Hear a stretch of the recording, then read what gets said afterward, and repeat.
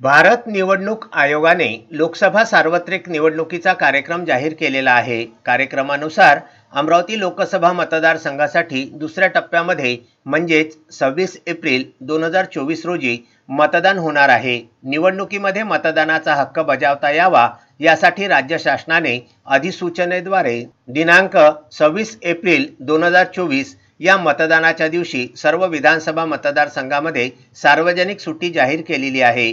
राज्य आणि केंद्र शासनाची कार्यालये, निमशासकीय कार्यालये, महामंडळे, मंडळे, सार्वजनिक उपक्रम, कंपन्या व संस्थांना ही सार्वजनिक सुट्टी लागू राहील।